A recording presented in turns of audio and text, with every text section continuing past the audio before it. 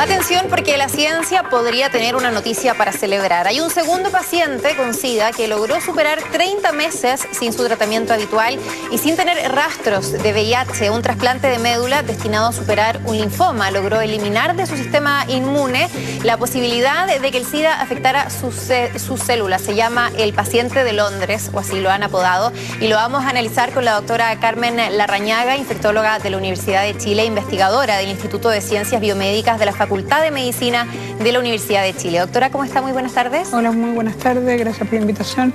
Queremos primero hacer una diferencia entre el portador del VIH y el SIDA, que es la enfermedad que deriva de este virus. Incluso una persona que es detectada con el VIH a tiempo puede hacer un tratamiento que le permita vivir de por vida con este virus, incluso llegar a una carga viral cero indetectable, lo cual implica que es intransmisible, ¿cierto? Acá estamos hablando de pacientes que tenían la enfermedad ya desarrollada, que estaban en tratamiento para el VIH, pero que además desarrollan cáncer. ¿Qué pasa desde ahí?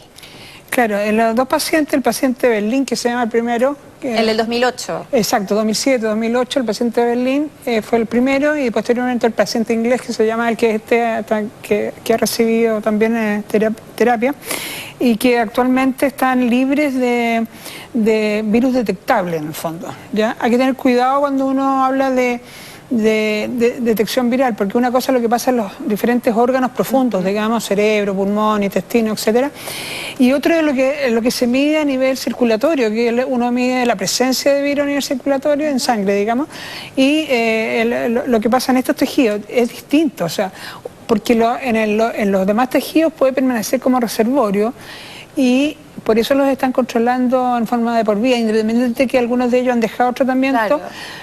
Pero están siempre en control de que no vaya a reemerger de nuevamente. En el caso del paciente de Londres, tiene de hecho señales del virus, pero en tejidos linfoides que, exacto, dicen los expertos, son fragmentos del virus y no del genoma entero. Correcto. Y que por ende no es posible que sea capaz de generar una nueva partícula viral y que infecte de nuevo a este paciente. Por supuesto, pero de lo que llevamos hoy día conocido, que no es, claro, no es tanto tiempo tampoco, entonces... Han pasado 30 meses de que, claro, abandonó el tratamiento y, exacto, que el virus es indetectable. Exacto. O sea, hasta el día de hoy, desde que hubo el trasplante hasta hoy día, ¿no es cierto?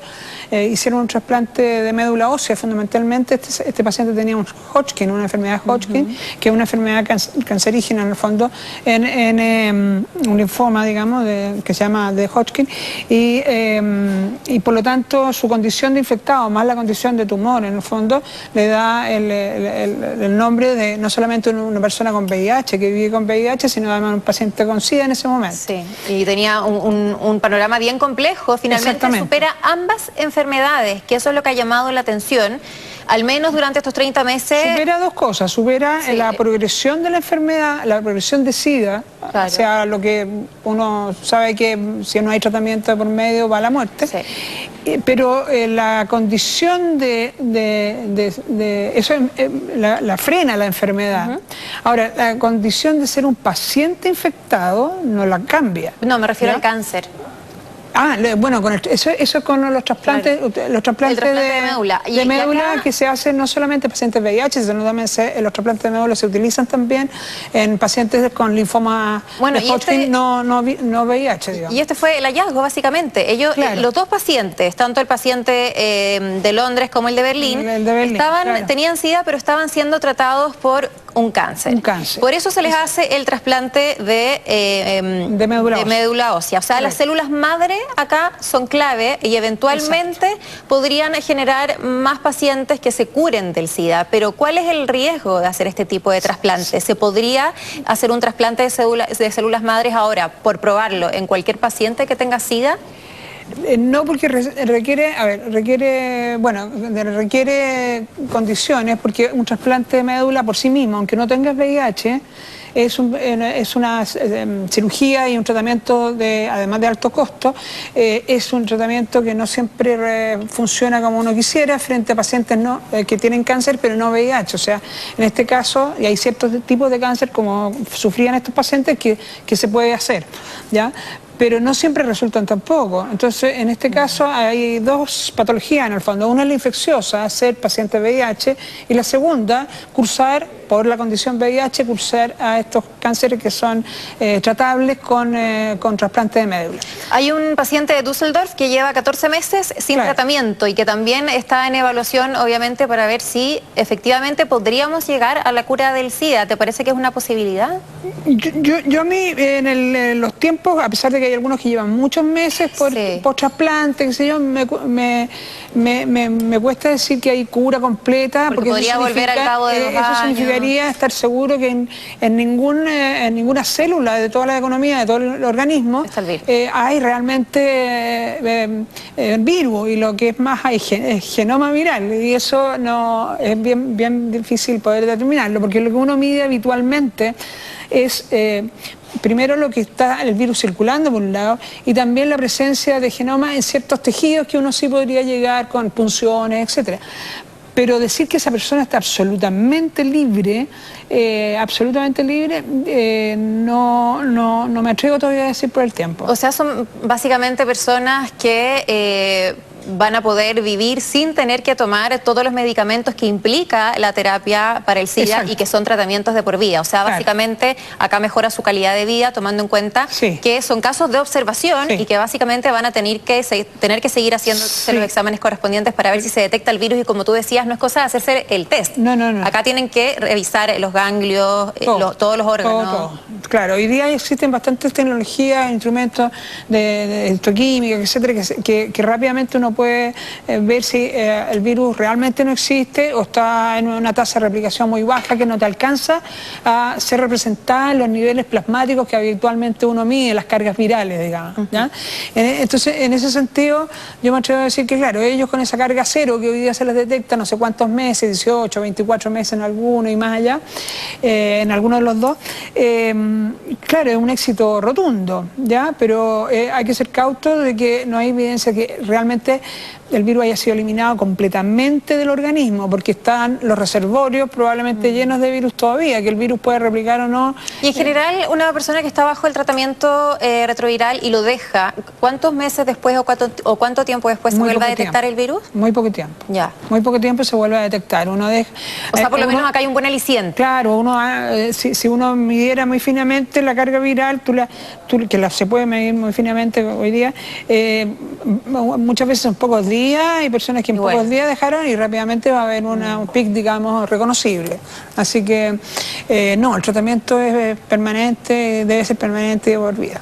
Respecto a ese mismo tema, el tratamiento antirretroviral, ¿sí? La pregunta es ¿por qué sucedió eso? Que es el mecanismo que se descubrió en el fondo en estos dos pacientes.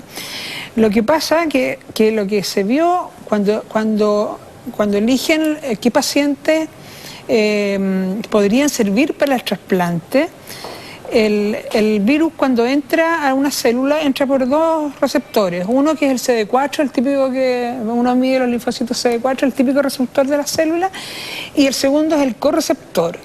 Ese correceptor es el que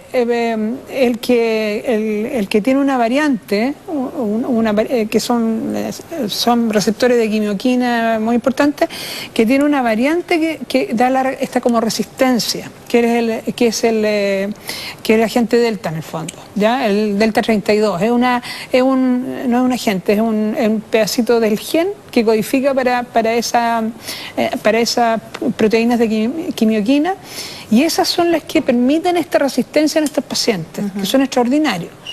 De partida se calcula que en el mundo entero no habría más de 10 millones de personas con ese cambio genético delta 32.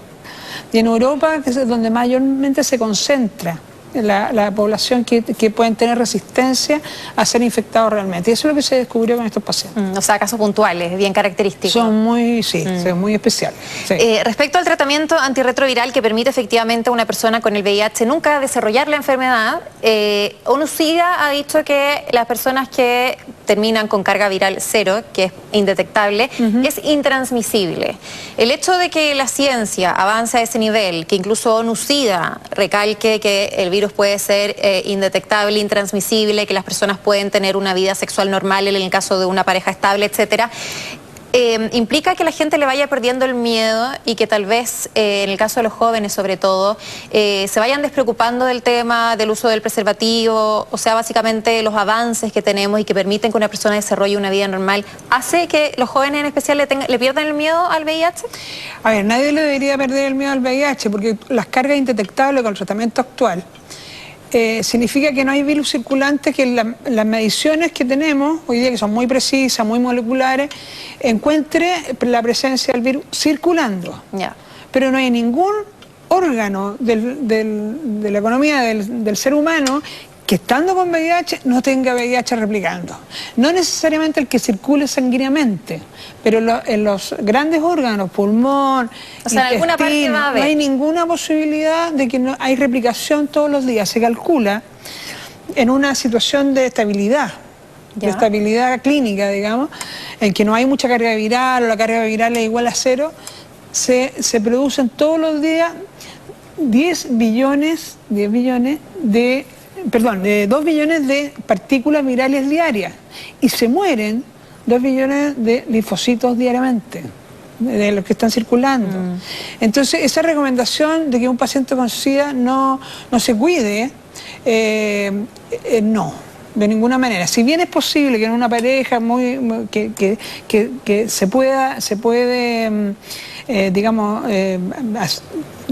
tener concebir un hijo en forma normal, tan normal no es, o sea, se ven todos los parámetros, igual se busca el menor riesgo posible, etcétera. Hay todo un control sobre ese embarazo, no es llegar y embarazarse. Sí, no, mi pregunta no apuntaba por ahí, me refiero a que el hecho de que incluso ONU-SIDA diga que existe un tratamiento tan efectivo que permite que incluso el virus sea intransmisible, que permita que el VIH, porque acá no estamos hablando de lo mismo, el VIH no es lo mismo que el SIDA, que no desarrollar SIDA hace que los jóvenes, por ejemplo, vayan perdiendo el miedo, porque lamentablemente, por ejemplo en los 90, lamentablemente sí, el SIDA era sinónimo de muerte. Lo veíamos, por ejemplo, en África, donde era una epidemia o una pandemia, veíamos ahí a la princesa Diana, por ejemplo, que iba a visitar a los enfermos. Eso sigue ocurriendo en el mundo entero. Pero estamos hablando de una carga menor, pero tremenda de lo que pasaba en los años 90 y ahora el 2020. Claro, porque los pacientes que se están tratando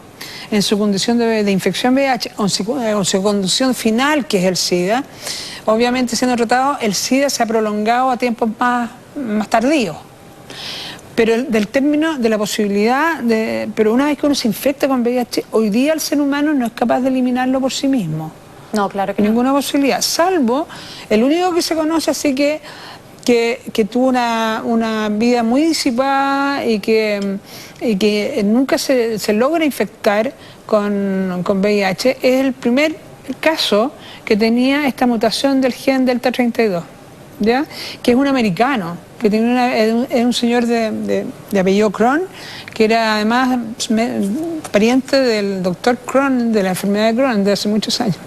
Y este señor tenía una vida muy disipada, como te contaba antes, y él nunca se logró infectar porque tenía este gen. Ahora, la pregunta del millón es, el tener en el paciente de Berlín, que está vivo, tiene tu programa, o este paciente inglés, la pregunta es, esa condición de tener esa mutación de la quimioquina CCR5, el Delta 32, si los va a permitir tener además estando infectado, una replicación muy lenta y por lo tanto probablemente su condición a SIDA va a retrasarse mucho, por lo menos retrasarse mucho. Hay que considerar que a ellos los operan ya con SIDA.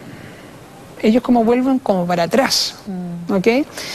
Pero el tiempo que llevamos para decir que están absolutamente curados en el tiempo que llevamos de trasplante. A mí me habría que ser más cautelosos en ese sentido, porque los científicos ya estaban celebrando la segunda persona curada de SIDA. Sí, lo que pasa es que, claro, es igual un poco esto como cuando el cáncer, cuando uno habla de tratamiento de cáncer, ya está curado, digamos. Pero tienes que monitorearlo toda la vida. Tienes que seguir monitoreando toda la vida. Probablemente el primer año cada 3 meses, luego se va espaciando, pero al final durante toda la vida. Bueno, tu pregunta, un poco inicial, que tiene que ver con eso, y a los jóvenes sobre todo, porque en Chile lamentablemente en los últimos años estamos viviendo un aumento considerable, especialmente en menores de 30 años, ¿ya? Hoy día por supuesto, hay terapias que te van a alargar la vida, están los trasplantes ahora para estas personas que tienen la variante Delta 32, están fantásticos, pero en la gran masa probablemente no tenga acceso, no todos los países tienen acceso a ello. La cuestión es, ¿para qué infectarse? Esa es la pregunta. ¿Para qué te vas a infectar? Si no infectándote, obviamente no te va a ocurrir todo lo que viene.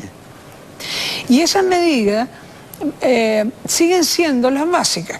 Tener autocuidado en todas las situaciones de vida, con lo que son las drogas, sobre todo las drogas endovenosas, con la sexualidad, tenerse respeto a sí mismo y hacia el otro, ya el cuidado de las embarazadas, el control eficiente y rápido en el caso de una embarazada que resulte positiva para VIH, poder actuar muy rápido antes que ya el recién nacido nazca, digamos, sí. ¿Ya? Todo ese tipo de cosas. O sea, sigue siendo la mejor medida, no hay medida mejor que no infectarse. Sin duda, la prevención, el uso del preservativo y también perderle el miedo al test del VIH, que se tendría que normalizar, sobre todo cuando una pareja empieza una relación, porque siempre más vale saber antes y poder comenzar un tratamiento a tiempo y poder básicamente convivir con la enfermedad y teniendo una buena calidad de vida. Doctora, le quiero dar las gracias por esta interesante entrevista, que esté muy bien. Muchas gracias, muy bien. Gracias a ustedes también por acompañarnos en esta nueva edición de Mundo Plus Vanguardia. Ya vienen noticias internacionales en Mundo Plus hoy. Que estén muy bien.